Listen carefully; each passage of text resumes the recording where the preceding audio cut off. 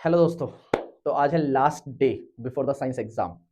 अब हमने पिछले कुछ दिनों में बहुत मेहनत करी है और पिछले कुछ दिनों ही नहीं, हमने पूरे साल बहुत मेहनत करी है। अब है टाइम उसको दिखाने का कि भैया हमने पूरे साल जो मेहनत करी है, पिछले 4 दिनों में हमने जो बिल्कुल 16 मतलब 15 से हमने शुरू कर दिया था। 15, 16, 17, 18 और आज 19, तो इन टोटल लगाया भी जाए तो 16 से भी तो हमने 4 दिन जो मेहनत करी है भाई, वो किसी एकदम जंग से कम नहीं है। तो हमने मतलब मैंने तो सिर्फ पढ़ा है यार, आप बिल्कुल एफर्ट डाल के पढ़ा है और आपको क्वेश्चंस भी सॉल्व करने हैं। तो हमने 5-5 घंटे की आर्ट्स की क्लास ली, वन शॉट वीडियोस ली, एक्टिविटीज़ की क्लास ले ली और न्यूमेरिकल्स की क्लास ली है। हमने इतने सारे एफर्ट डाल दिए, किसके लिए? सिर्फ 1 एंड 3 आर के पेपर के लिए। आज ये वीडियो लास्ट वीडियो मेरी तरफ से आपको समझाने के लिए, सिर्फ ये समझाने के लिए कि आपका जो कल एग्ज़ाम है, आप उसमें छोटी-छोटी गलतियाँ ना करो।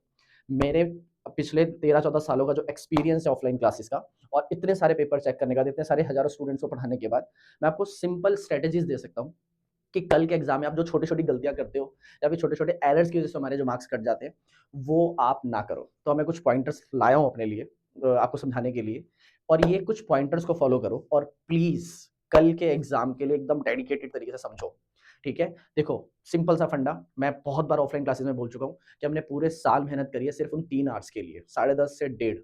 वो ऐसा टाइम है हमारे लिए जिसमें हम किसी भी चीज़ के साथ मतलब कॉम्प्रोमाइज़ नहीं कर सकते, है ना?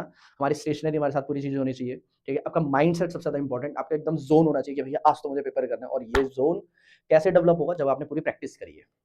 तो सबसे पहली चीज़, आपका ऐसा कोई भी चैप्टर नहीं होना चाहिए, चाहे चैप्टर नंबर 13 जैसा छोटा चैप्टर क्यों ना हो, ऐसा चैप्टर कोई भी नहीं होना चाहिए, जिसके अंदर आपको लगता है कि मैंने इसको एक बार भी टच नहीं किया। तो सबसे पहली टिप यही है कि आपको लास्ट के हर एक चैप्टर को रिवाइज़ करके जाना है। इससे आपका कॉन्फिडेंस बिल्ड होगा और आपके दिमाग में ये नहीं आएगा कि भैया मैंने वो टॉपिक छोड़ दिया है, वो कॉन्सेप्ट छोड़ दिया। तो हर एक टॉपिक को टच करके जाना है। 95 प्लस मार्क्स चाहिए भैया, समझ में आ रहा है? हम कुछ भी मार्क ये नहीं कर रहे कि 60-70 में आ जाए, 80 में आ जाए या पास हो जाए, ये तो बहुत दूर की बात है। 95 प्लस, 90 प्लस भी नहीं, बोलने में अच्छा नहीं लगता वो, 95 प्लस चाहिए। तो उसके लिए सबसे सिंपल सी स्ट्रैटेजी सबसे पहला कि आपको अपना माइंडसेट सेट करके जाना है कि कल 3 आवर्स में मेरे को एकदम मस्त पेपर करके आना है। दूसरा, सबसे इंपॉर्टेंट टिप कि आपको कोई भी क्वेश्चन छोड़ के नहीं आना है। ये उन बच्चों के लिए जिनको थोड़ा-सा लगता है कि भैया क्वेश्चन छूट जाएगा तो क्या ही होगा। क्वेश्चन छोड़ के नहीं आना है, लड़ते रहो, 3 घंटे हैं तुम्हारे पास। मैंने तुम्हें जब भी ऑफलाइन क्लास में टेस्ट दिया है, हमेशा बोला है कि ढाई घंटे में खत्म करने की कोशिश करो। हमने बहुत सारे टेस्ट लिए, हर बार बोला है कि ढाई घंटे में खत्म करो। क्यों? क्योंकि आपको आदत बने कि आपको आंसर सही से फ्रेम करके जल्दी से जल्दी करने हैं, उसके बाद आधा घंटा आपको मिले पूरी तरीके से उसको चेक करने का। जब वापस जाओ पेपर पे, देखो कहाँ पे क्या गलती करी है, फिर वापस जाओ पेपर में, फिर देखो क्या गलती करी है और सही करो, फिर से देखो, फिर सही करो। इतनी बार सही करना है उसको कि हर एक पॉइंट, हर एक लाइन, हर एक स्टेटमेंट सही होनी चाहिए। 3 घंटे से पहले बाहर चले जाओगे, क्या ही करोगे, अपने दोस्तों का वेट ही करोगे। इससे बढ़िया 3 घंटे पेपर के साथ रहो कि भैया मेरे को एक-एक सिली मिस्टेक भी सही करके जाना है। तो सबसे पहली बात, कोई क्वेश्चन नहीं छोड़ के आना है और 3 घंटे तक पूरी मेहनत करनी है। अब मैंने जब कल टेस्ट लिए, तो उसके अंदर कई सारे बच्चों ने बोला हमने सिर्फ पार्ट ही तो छोड़ा है। भैया पार्ट का मतलब भी क्वेश्चन ही होता है। आपको अगर 3 पार्ट, 4 पार्ट है किसी क्वेश्चन के अंदर तो पार्ट भी नहीं छोड़ना है, सबसे पहला पॉइंट। दूसरी इंपॉर्टेंट टिप, आपको एमसीक्यूज़ लास्ट में ट्राई करने हैं। अगर आपकी आदत है पहले से शुरू करने की एंड तक, तो आप सिंपल सा एक फ़ॉलो अप करो कि भैया आपको स्टार्टिंग से लेके चलना है, आपको स्पेस छोड़ दो चाहे answer number 1, answer number 2, answer number 3, 20 MCQs आने वाले होंगे, आपको अगर लाइन से करना है तो वो छोड़ दो। बाद में आके फिल करना, समझ में आ गया? लेकिन ट्राई करो एमसीक्यूज़ को लास्ट में करना क्योंकि एमसीक्यूज़ आपका बहुत ज़्यादा टाइम खा सकते हैं और एंड में वो अच्छे से और जल्दी हो जाते हैं। ये मेरा एक्सपीरियंस है। तो लास्ट में एमसीक्यूज़ ट्राई करने ताकि वो टाइम भी कम खाए और एक-एक नंबर पे आप ज़्यादा टाइम वेस्ट ना कर दो ताकि हम ज़्यादा नंबर का कर सकें। दूसरी बात, सबसे इंपॉर्टेंट पॉइंट आंसर फ्रेम करते समय कि आपको सबसे पहले वो क्वेश्चंस करने जो आपको अच्छे से आते हैं। आपको 15 मिनट क्वेश्चन पेपर रीड करने के लिए दिए जाते हैं। वहाँ पे बैठ के पेंसिल से मार्क करो कि मेरे को कौन-कौन से क्वेश्चन अच्छे से आते हैं और मेरे को कौन-कौन से क्वेश्चन्स तब ट्राई करने हैं। ऐसा क्यों? क्योंकि जब टीचर पेपर चेक करता है, तो उसके ऊपर बनता है एक इंप्रेशन। आपने सारे क्वेश्चन अच्छी राइटिंग में पहले से किए हुए हैं, तो उसको पता लगेगा कि भैया ये बच्चा तो पढ़ने में अच्छा है, तो इंप्रेशन बहुत अच्छा बनता है। एंड में जाते-जाते उसके दिमाग में यही रहता है कि बच्चा पढ़ने में अच्छा है, एंड के कुछ क्वेश्चन छोड़ दिए। ऐसा नहीं होता कि वो एंड स्टार्टिंग में अगर देख लेगा कि भई सही है कि नहीं गलत है, तो फिर एंड में जाके काटेगा, ऐसा नहीं है। स्टार्टिंग में इंप्रेशन आपको बनाना है, तो पहले वही क्वेश्चन करने हैं जो आपको अच्छे से आते हैं। समझ में आ गया?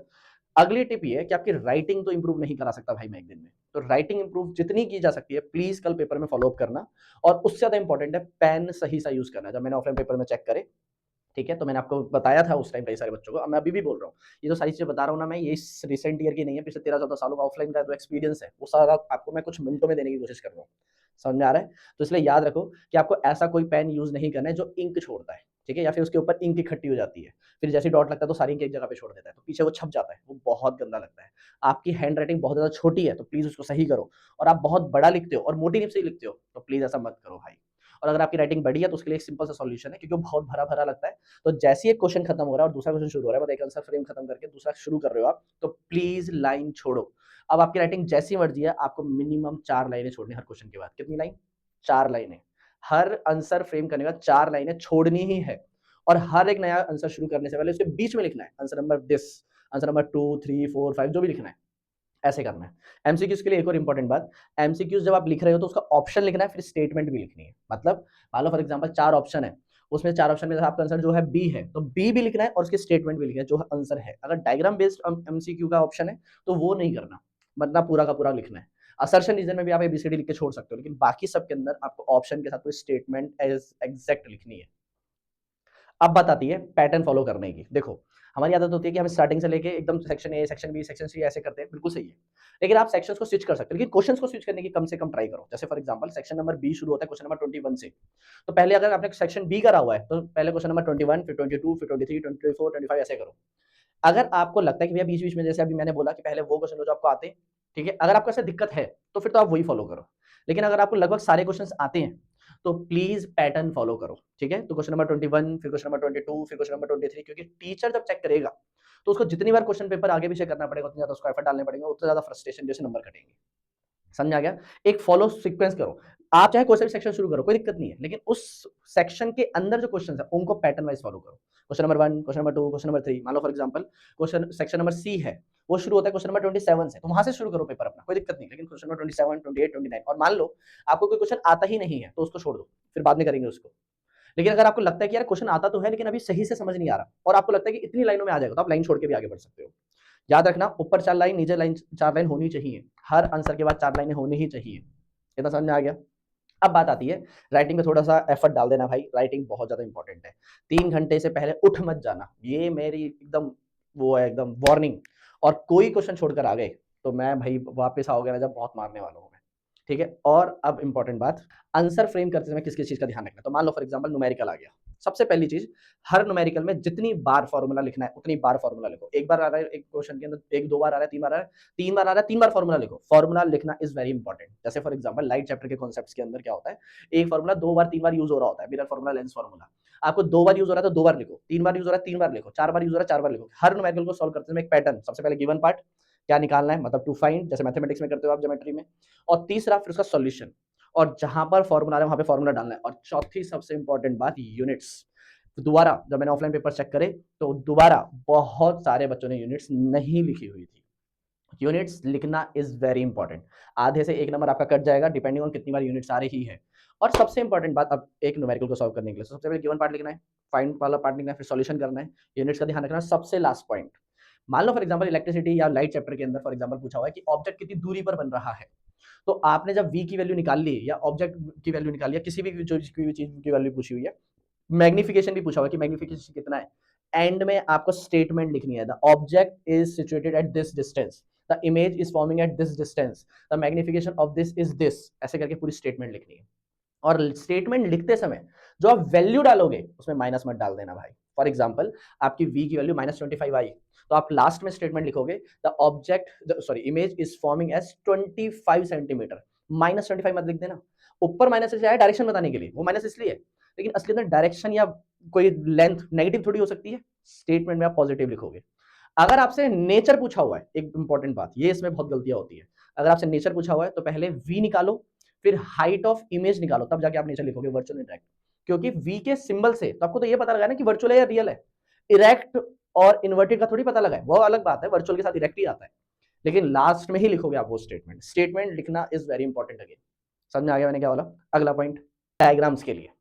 डायग्राम जब भी बना रहे हो प्लीज पेंसिल यूज करो, पेंसिल के बिना डायग्राम मत बनाना। लेबल करने के लिए पेंसिल यूज करो, ठीक है? अगर मान लो फॉर एग्जांपल स्पेसिफिकली किसी क्वेश्चन के अंदर टारगेटेड पूछा हुआ है कि इसका डायग्राम बनाओ, तो आपको एक्जैक्टली डायग्राम बनाना है, जैसे ह्यूमन हार्ट।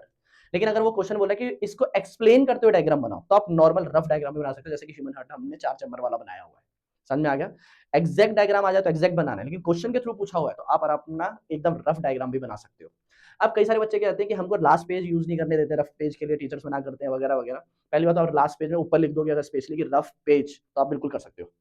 लेकिन अगर आपको दिक्कत हो रही है तो एक साइड आपकी लाइन लिखी पहले से बनी हुई आती है, दूसरी साइड पर आप खुद लाइन खींच दो और प्लीज मेंशन कर दो, क्योंकि कई सारे बच्चों की राइटिंग इस तरीके से होती है कि वो रफ के साथ ही जा रहा होता है सब कुछ, ऐसा लगता है कि वो भी फेयर ही है, या फिर जो फेयर वाला वो भी रफ ही लग रहा होता है। तो प्लीज लाइन खींच के उसको डिवाइड कर दो कि ये रफ है, ये फेयर, और मैं इतना पार्ट में करने वाला हूँ। बताओ समझ में आया कि नहीं आया? समझ में आ रहा है मैं क्या बोल रहा हूँ? प्लीज अपनी पेंसिल का और पेन का ध्यान रखना, वो प्रॉपर तरीके से शार्प होनी चाहिए, क्योंकि अगर पेंसिल शार्प नहीं होती है तो दिक्कत करती है, वो राइटिंग सही से दिखती नहीं, और पेज बार बार फ्रिक्शन की वजह से वो धीरे धीरे मिटता जाएगा। इसलिए पॉइंटेड होनी चाहिए आपकी पेंसिल। सेम पेन के साथ मोटी निप वाला पेन यूज नहीं करना, वो बहुत ज्यादा थिक चलता है, बहुत बड़ा बड़ा दिखाई देता है और बहुत गंदा दिखाई देता है, इसलिए प्रॉपर तरीके का पेन यूज करना है। एक्स्ट्रा पेन पहले से होने चाहिए आपके बैग में। समझ आ गया मैंने क्या बोला? उसके बाद बात आती है डिफरेंसेस की। कोई भी क्वेश्चन अगर डिफरेंशिएट करने के लिए आ रहा है तो प्लीज ट्राई करो कि बीच में लाइन खींच के कर रहे हो, आप बीच में लाइन खींची होनी चाहिए, एक तरफ ये एक तरफ ये, तब जाके आप डिफरेंसेस मेंशन कर रहे हो। इससे बहुत सही लगता है आंसर और अच्छे से दिखाई देता है। अब लास्ट पॉइंट, अब लास्ट पॉइंट यार, मैंने स्टार्टिंग में भी बोला, अभी भी बोल रहा हूँ कि पूरा टाइम हमने मेहनत करी है सिर्फ इन दिनों के लिए, ठीक है? मतलब मुझे अभी तक याद है कि मैंने जब लास्ट ईयर अप्रैल में, फर्स्ट वीक ऑफ अप्रैल में, पहले ट्यूसडे को जब मैंने क्लास शुरू करी थी, वहां से लेके अभी तक बहुत मेहनत करी है, ठीक है? ये तुम कितना जस्टिफाई कर सकते हो वो अलग बात है, लेकिन अभी के लिए बहुत मेहनत लगी है भाई, ठीक है? तो पिछला, जहां तक मुझे याद है, 2 अप्रैल से लेकर ट्यूसडे और आज का वेडनेसडे, पूरा 1 साल बहुत ज़्यादा मेहनत करी है। किस लिए करी है? आपके लिए। और आपने किस लिए मेहनत करी है? इस 3 घंटे के लिए। अपने पूरी, मतलब जान तो नहीं बोलूंगा, लेकिन पूरा अपना जिगरा एकदम दिल लगा के 3 घंटे का पेपर करके आओ। उसके लिए एक चीज ध्यान रखना, रात को प्रॉपर तरीके से स्लीप लेनी है भाई, ठीक है? अगर आपको जल्दी सुबह उठना है तो प्लीज रात को टाइमली सो जाना, और अगर आपको जल्दी सुबह नहीं उठना है तो प्लीज उसी हिसाब से सोना कि आपकी 7 से 8 घंटे की नींद पूरी हो जाए। कोई भी कुछ भी हो जाए, आपकी नींद, याद रखना, पेपर में दिक्कत करेगी ही करेगी। आपका ब्रेन नहीं चलेगा अगर आप प्रॉपर तरीके से नींद नहीं लेके जा रहे हो तो। पेपर में बैठने के बाद याद रखो, पेपर से पहले आपको कुछ नहीं आता, आप पढ़ते रहो, कोई दिक्कत नहीं है। पेपर में बैठने के बाद आपसे अच्छा किसी को नहीं आता। उन 3 घंटों के लिए आप साइंस के एकदम आइंस्टीन हो जिसको सब कुछ आता है। ऐसा कोई टॉपिक नहीं है जो आपको नहीं आता है, ठीक है? इसका मतलब जो 3 घंटे का जो आपका कॉन्फिडेंस लेवल होना चाहिए, एकदम बूस्टेड होना चाहिए। इससे क्या होता है, अगर आपको किसी क्वेश्चन में दिक्कत भी हो रही होती है, तब भी आपका ब्रेन आपकी हेल्प करता है कि भैया ये इसको रिकॉल कर, इसको रिकॉल कर, इसको रिकॉल, और रिकॉल करके 101% मेरी गारंटी है याद आएगा ही आएगा। आपके मार्क्स आने ही आने, ये मेरी गारंटी है। टेंशन मत लो कि मतलब मैं ये बोलने के लिए नहीं बोल रहा हूँ, ये मेरी गारंटी है, आपके मार्क्स तो आने ही हैं। अब हम उसको और कितना खींच सकते हैं, ये आपके कैलिबर पर डिपेंड करता है। मैं आपकी सिर्फ मदद कर सकता था, मैं आपके लिए चीज़ें शॉर्ट कर सकता था, आपको थोड़ा-सा सिंप्लीफाई करके दे सकता था, वो सब मैंने कर दिया भाई। अब आखिरी के 3 घंटों का जो मैजिक है, वो आपके हाथ में है। अब हिमांशु भैया पूरी तरह से वेट कर रहे हैं, मैं आपको मिस करूँगा ऑब्वियस सी बात, लेकिन पूरे तरीके से मैं वेट कर रहा हूँ। 1:30 बजने के बाद जब आप बात बताओगे मुझे कि आपका पेपर कैसा गया, ठीक है? मतलब मैं इसको वर्ड्स में नहीं बता सकता कि वो 3 आवर और उसके बाद का टाइम मेरे लिए कितना प्रीशियस है यार, ठीक है? मतलब रिज़ल्ट से ज़्यादा इम्पोर्टेंट है वो, ठीक है? तो मिलते हैं पेपर के बाद, ठीक है? लेकिन अगर किसी भी तरीके की कोई दिक्कत है, तो आओ अभी पूछो, बी पॉज़िटिव, मतलब दिमाग, आपका माइंडसेट एकदम पॉज़िटिव नोट पे खत्म होना चाहिए। कोई भी नेगेटिव चीज़ है उससे दूर रहो, कोई दिक्कत नहीं है। किसी भी तरीके का भी नेगेटिव थॉट आ रहा है, मुझे कॉल करो, कोई दिक्कत नहीं है। किसी भी तरीके की दिक्कत हो रही है, मुझे बताओ, मैं सॉर्ट करूँगा उसको। लेकिन कल एग्ज़ाम हॉल्स में जाने से पहले आप एकदम फ्री माइंडेड होने चाहिए, प्रॉपर तरीके से आपको पता होना चाहिए कि भैया मेरे से अच्छा किसी को नहीं आता, और साथ-साथ में आपको अच्छे मार्क्स लाने ही हैं, खत्म बात। इसके अलावा कोई दूसरा ऑप्शन ही नहीं है हमारे पास, ठीक है? मिलते हैं कल, ठीक है? एकदम जोश के साथ, एकदम बढ़िया तरीके से साथ, ठीक है? और मस्त हम सब कुछ करेंगे बढ़िया, ठीक है? Bye bye. Bye bye.